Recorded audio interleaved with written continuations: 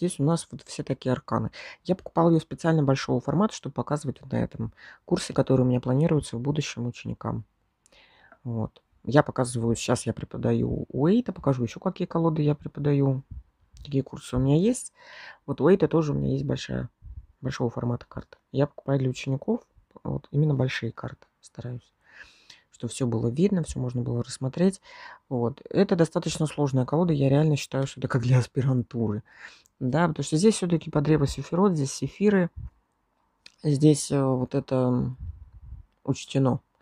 Древо Сефирот и в Уэйте у нас с вами. Ну, ладно, ребят, это отдельные мои, посмотрите, видео. Там десятка пентаклей, в принципе, на ней, на Уэйтовской десятке пентаклей древо Сефирот воочию. Все сефиры. Вот у нас древо Сефирот. Вот они сефиры.